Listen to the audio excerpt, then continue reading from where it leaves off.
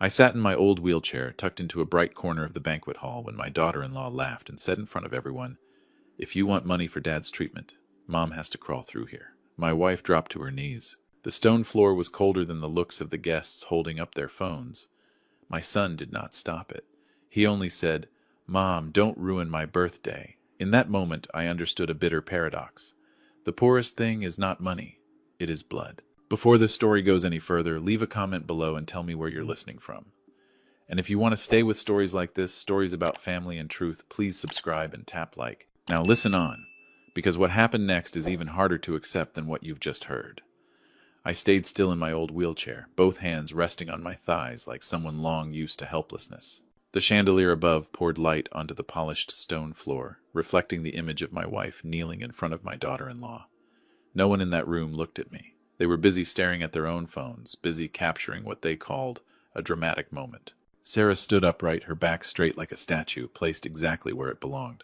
Her evening gown did not wrinkle even a little. She slowly swirled the wine in her glass, looking at Linda, the way one looks at a stain that appeared in the wrong place. Her voice was not loud. It did not need to be sharp. It was calm, frighteningly calm. She said it the way people talk about the weather. And that calmness is what silenced the entire room. Linda trembled. I could see it clearly. Her shoulders had grown thinner over the months I had been sick. She did not cry. She only lowered her head, both hands pressed close to the floor as if asking herself what else she could give in exchange for her husband's chance to live. She repeated the amount again very softly, as if afraid of disturbing the party. 150,000. That was the figure Sarah said she might consider. Then the wine glass tilted. The dark liquid spilled down Linda's shoulder. No one shouted. No one objected. A few people laughed quietly, the kind of half-believing, half-amused laugh, like they were watching a carefully staged joke. I heard a camera start recording. A small notification sound from a phone. The air in the room grew thick. David stood beside his wife. His suit fit him perfectly. His face was familiar, but his eyes were not. Those eyes were empty, measuring only the crowd's reaction. When Linda looked up at her son, I saw her hoping for something very simple. Just one sentence. Just a nod. But David avoided her gaze. He said it was his birthday party. He said no one should make things heavy. He said if money was needed, then the conditions should be accepted. I heard every word. They fell like cold stones.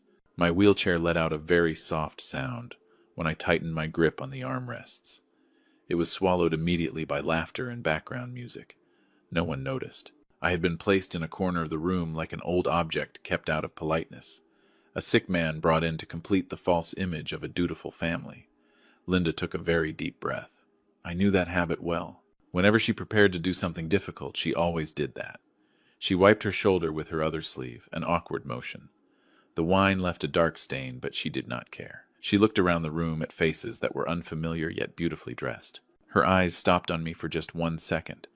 There was no blame in that look, only an apology. I had never felt time move so slowly.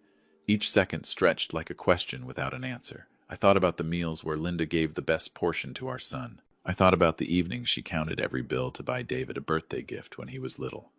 Those memories did not come rushing in. They lined up quietly as if waiting their turn. Sarah stepped back 1 pace, creating space in front of her.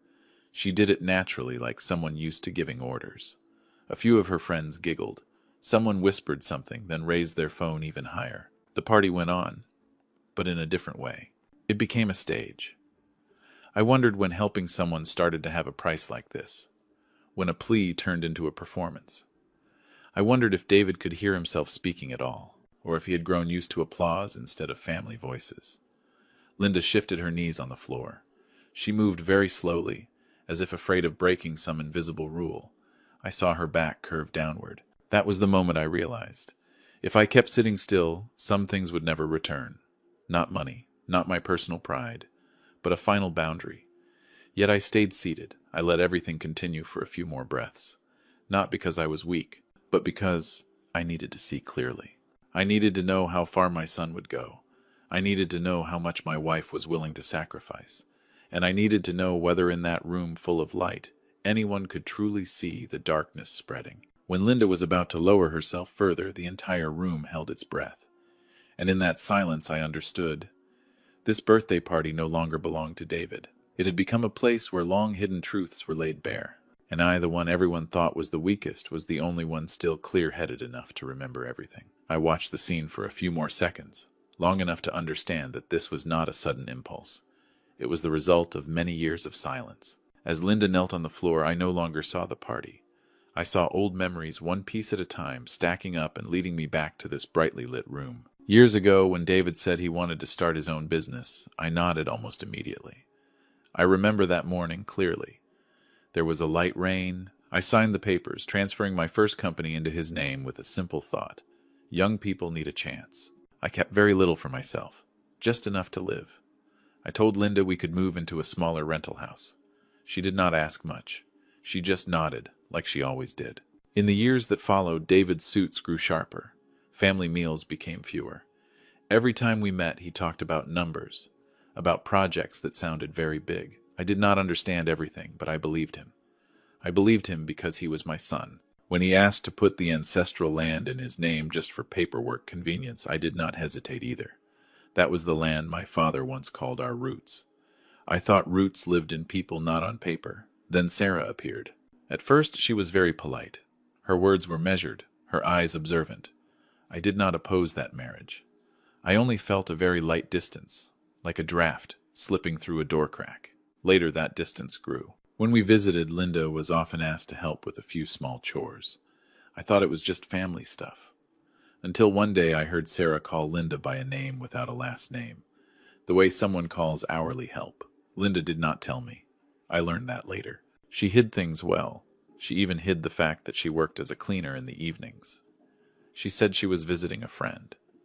I believed her. I believed her until I noticed her hands growing rougher, small cracks forming at her fingertips. She said it was the weather. I nodded. We had grown used to not asking too deeply. As for that land, I only found out it had been sold when a stranger called me asking about a moving date. I held the phone for a long time. David told me the land was tied up in planning issues impossible to keep. Selling early was better than losing everything. His voice was calm. I listened without realizing it was a carefully prepared lie. Later I learned the money from that land had flowed into a yacht docked far away. All of this came rushing back as I looked at Linda on the floor. I realized I had confused patience with closing my eyes. I had called it trust, but it was really neglect. I had left Linda alone to carry things she never should have carried. In the banquet hall, Sarah began speaking again, as if to keep the crowd entertained. She told a light-hearted story about the difference between lending and charity. People laughed. I did not catch every word. I only saw Linda lower herself a little more. Every movement was slow, as if she feared being mistaken for resistance. David stood there, a wineglass in his hand, eyes fixed on his phone. He did not look at his mother. He did not look at me. He watched the reactions of those around him like a manager measuring the success of an event. I wondered. In his mind at that moment, where did family rank? I remembered the nights I pretended to cough more than usual. I remembered the worry in Linda's eyes, the way she squeezed my hand when she thought I was growing weaker. I did not do it to test her. I did it to watch David. I wanted to know. When there was nothing left to take what would remain, I had my answer, clearer than I ever wanted. Linda trembled again. She did not cry. That hurt me more than any sob ever could. She was used to enduring, used to staying silent to keep the peace. But this room no longer had space for peace, only for exposure. I looked around. Tall walls, expensive paintings, carefully arranged chairs. Everything looked solid. Only one thing was cracking, right in front of me, and no one wanted to touch it. I wondered if I stood up right then, would anyone understand, or would they just see it as another unexpected detail to record? Linda reached her hand forward, as if to steady herself. That was the moment I knew these memories were no longer just reflections. They were pushing me out of the wheelchair little by little, not with rage, but with a cold clarity. I had seen enough. And when someone has seen enough, silence is no longer an option. Linda stopped halfway, as if an invisible thread had pulled her still. The room grew quieter than before, not out of respect, but out of anticipation. Sarah glanced at her watch, then back at Linda, impatience hidden behind a thin smile. She said she had reconsidered. Her voice was even like reading from a note. She said the money no longer made sense, that his condition was not suitable for further investment. When she finished, she leaned over and picked up a small purse from the table. I saw Linda lift her head. There was no pleading left in her eyes, only emptiness. Sarah opened the purse and poured a handful of loose bills onto the floor. The sound of them hitting the stone was sharp, louder than the music. She said that amount was enough to take care of the necessary things. Her wording was neat, precise, nothing extra. People around them chuckled softly, as if they had just watched the climax of a well-rehearsed scene. David stepped forward one pace. For a very brief second, I thought he would say something to end this, but he did not. He pulled out his phone, adjusted the angle, and started a live stream. He told the screen this was a lesson, that there were limits one should not cross. He did not say his mother's name. He did not need to. The image on the floor said everything. Linda bent down, not because of the money. I knew that. She bent down because she did not want this to drag on any longer. She picked up each bill carefully, like gathering sharp fragments that could cut her hands. I saw her back tremble slightly. No one stepped forward. No one stopped it. The people who had just wished David a happy birthday now stood silent, focused on their own screens. I felt my breathing grow heavier. The wheelchair beneath my hands suddenly felt unfamiliar. I thought about all the times I chose silence to keep the peace. All the times I told myself things would work out. And I understood. If I stayed seated, I would become part of this in a way I could never undo.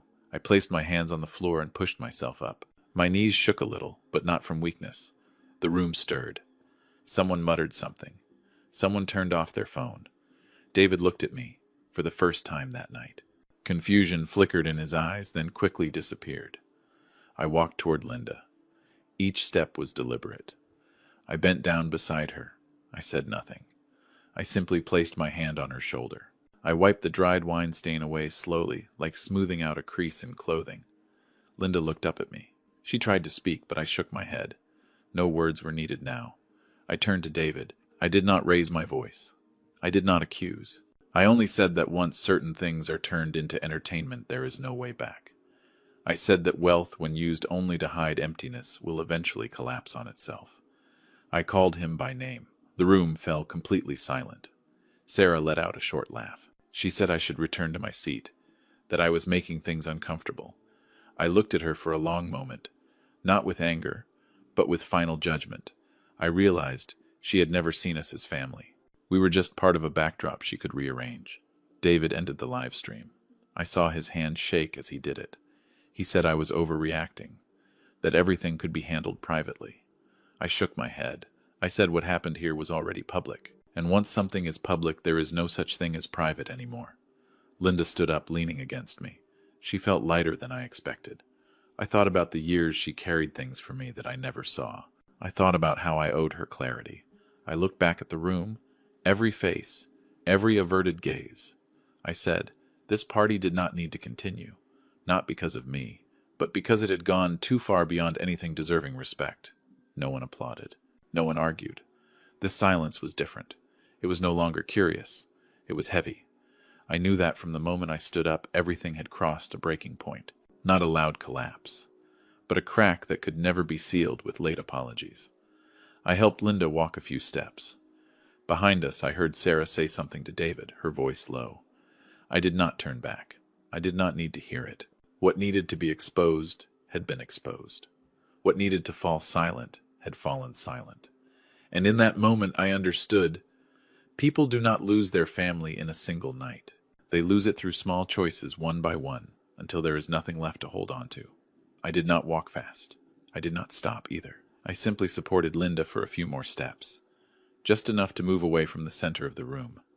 Behind us, no one tried to stop us, not out of respect, but because they were waiting to see what would happen next. I could feel that clearly. The curiosity was still there. It had only changed direction. Just as we stopped near the large glass doors facing the garden, I heard a familiar sound, the roll of wheels on gravel, not my wheelchair. From outside, black cars entered the driveway one by one. They were quiet. No horns. No rush. They appeared as if arranged in advance, at exactly the right moment. Sarah turned first. The smile on her lips slowed. David looked out as well. I saw him frown as if trying to remember whether he had invited anyone like this. The other guests began to whisper. A party built on control had suddenly lost its rhythm. The main doors opened. There was no noise. Just a few men walking in, dressed more simply than what this room was used to seeing. They did not look around. They walked straight toward me. When the man in front stopped, he gave a slight nod. "Sir," he said quietly. "Just one word." But the room changed instantly. Sarah fully turned around. She looked at me then, at the men, her expression shifting from irritation to calculation. David stepped forward and said this was a private event. One of the men handed him a business card. David took it, glanced at it, then froze.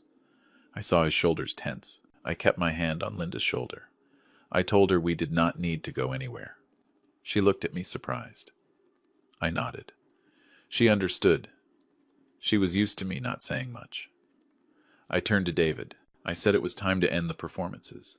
I said that wheelchair had only been part of the waiting, not to test sympathy, but to see choices clearly. I said the debts, the numbers he thought he controlled, were actually being held by the people standing in front of him. No one in the room spoke.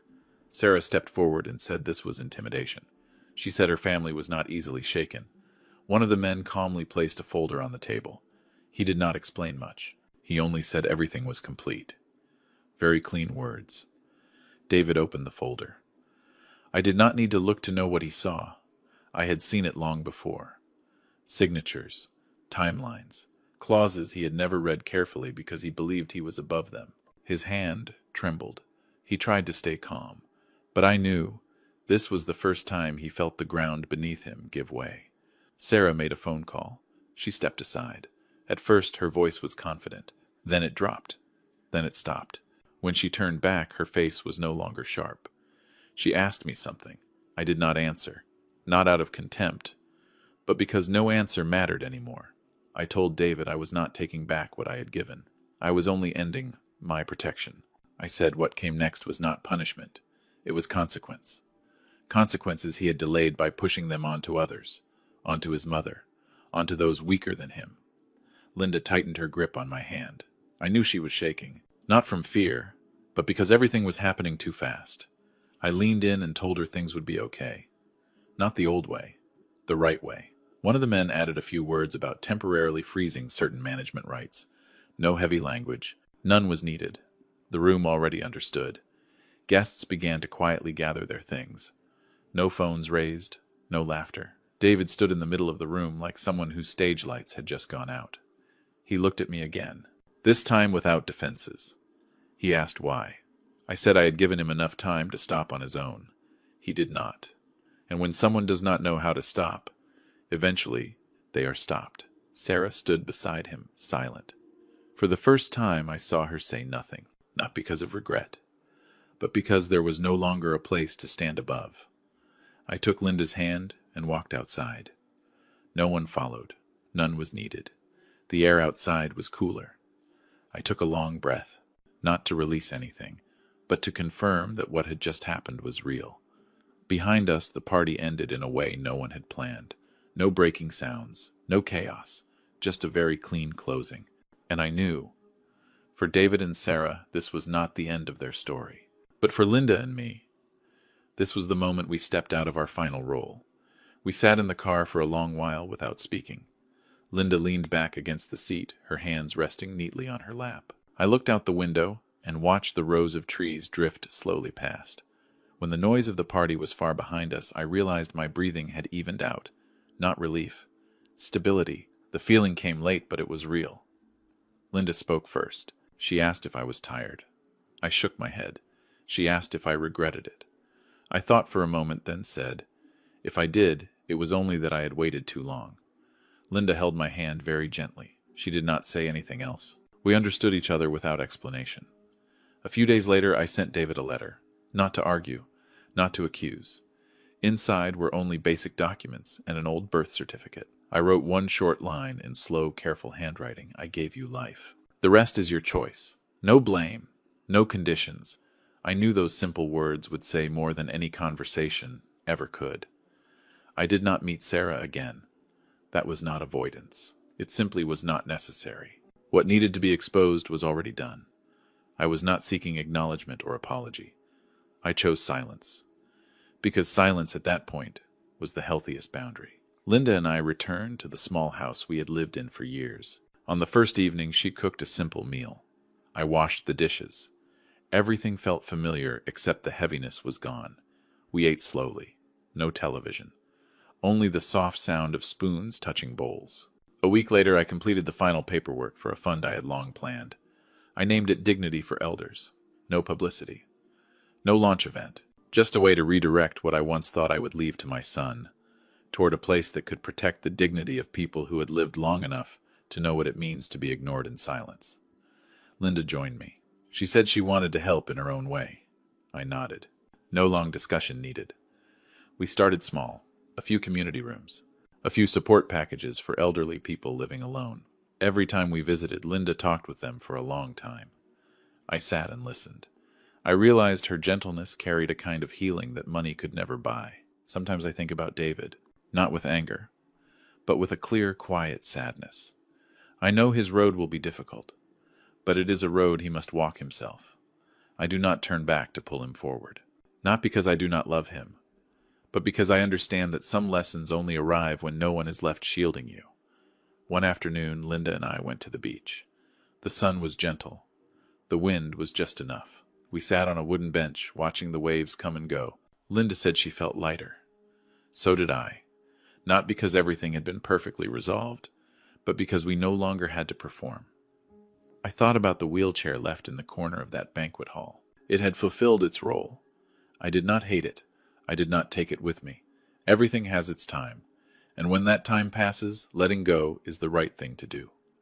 Linda leaned her shoulder against mine. I placed my hand over hers. No one spoke about the past. No one spoke about a distant future. We were simply there, in the present moment, calm enough to hear the waves, clear enough to know we had chosen correctly. This story does not end with loud victory. It ends with one door closing and another path opening.